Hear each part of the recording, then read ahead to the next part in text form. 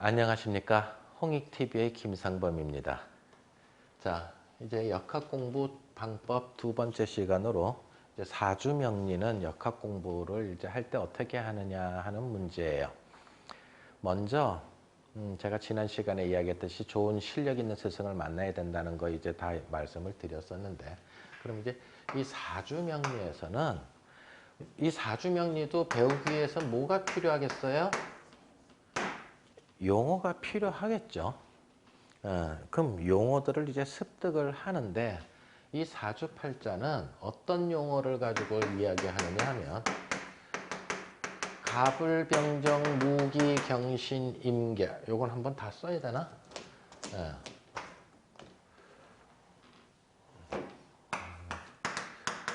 갑을명정 무기경신임계,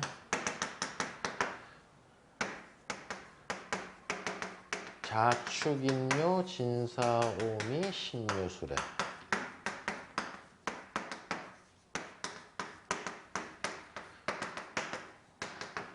자, 이 22글자를 가지고 이제 공부를 하는 거예요.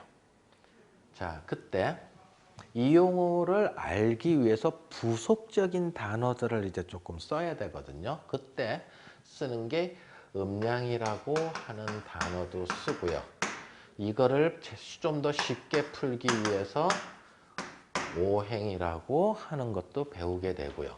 요건 뭐라 그러냐면, 요거는 10천간, 10개의 천간이라고 하고요. 요거는 12개의 지지다라고 이야기를 해요. 그래서 요 두 가지를 합쳐서 간지다 그럽니다. 그래서 총 글자가 몇 글자예요? 이 글자는 22글자예요. 자, 사주팔자는 저 22글자 가지고 몇 년생, 갑자년, 병인월, 정묘일, 이민시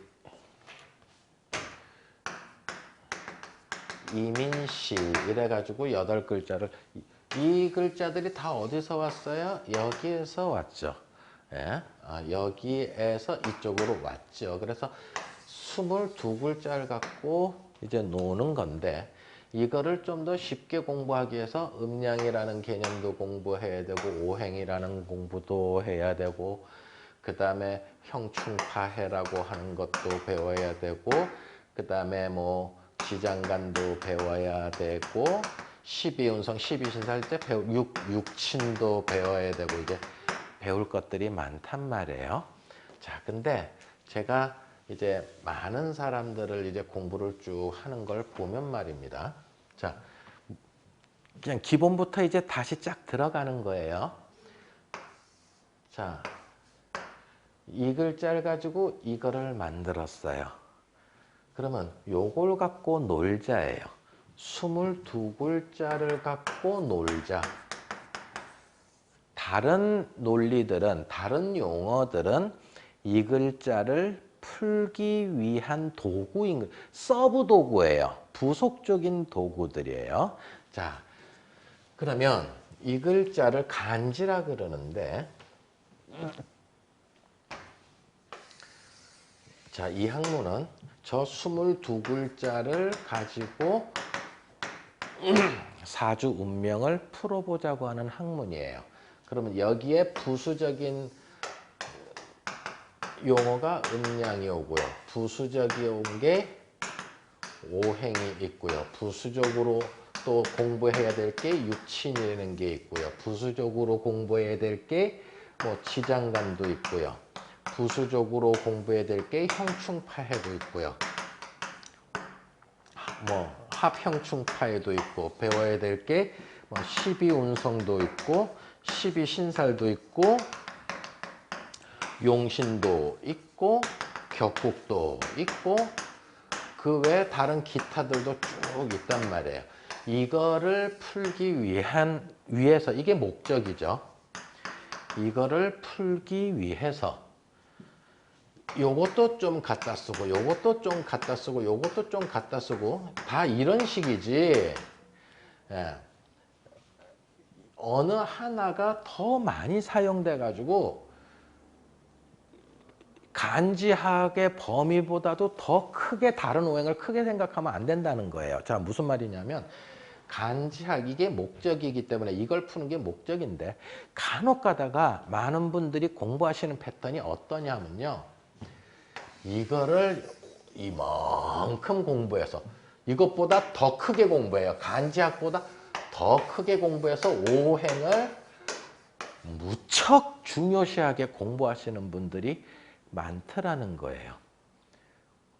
오행학이 틀렸다 맞다가 아니고요. 이 학문에는 간지를 중심으로 푸는 학문인 것이지 오행학으로 풀어내는 학문이 아니단 얘기예요. 그래서 지금 이 강의는 아마 한 1년이나 2년 공부하신 분들한테 제일 도움이 되는 말일 거예요. 오행적으로는 공부하기가 자 풀어나가는데 오행적으로 공부하면 5가지만 공부하면 돼요. 머리가 편해요. 근데 지금 이런 식으로 공부를 하라고 하니 갑자기 22글자가 흩어지잖아요. 22글자로 확 흩어지니까 외울 게 많아져요. 그러니까 머리가 아픈 거예요. 그래서 단순화시켜서 오행으로 딱 공부하는데 오행으로 공부하니까 틀려지는 부분이 많더라는 거예요. 제가 공부해 보니까 이 학문은요. 이미 3,500년 전에 나온 학문이에요. 3,500년 전에. 4,000년도 될 수 있겠죠. 근데 기본적으로 은나라 때 하은주, 은나라 때 또는 상나라라고 하죠. 그때 갑골문에 이 간지학이 있었어요.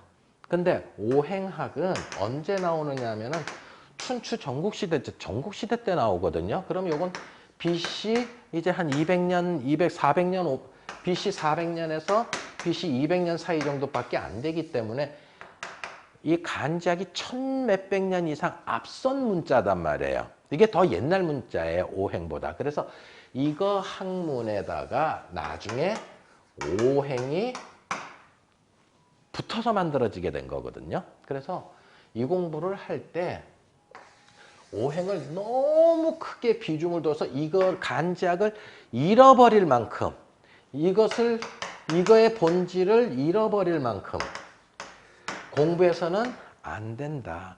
이 공부, 음양 공부를 하다가도 결국에는 간지학을 풀이하기 위해서 공부해야 되고 오행을 공부하더라도 간지학을 풀기 위해서 오행을 공부해야 되고 육친을 풀더라도 어디 와서 간지학에 와서 결론을 내고 지장간도 마찬가지고 형충파에도 12운성도 격국용신도 결국에는 다 무엇을 목적으로 간지학을 목적으로 이 공부를 이 부속 개념들을 공부하는 것이 맞으니까 혹시나 여러분들이 좀 더 쉽게 공부해 보려고 오행학으로 가서 오행학으로만 이 공부를 풀겠다고 생각을 한다면 그건 잘못된 학습 방법이니까 빨리 돌아오셔야 돼요. 간지학으로. 자, 조금 어렵지만 요건 아는 분들만 아세요. 아는 분들, 그러니까 한 1, 2년 공부하신 분들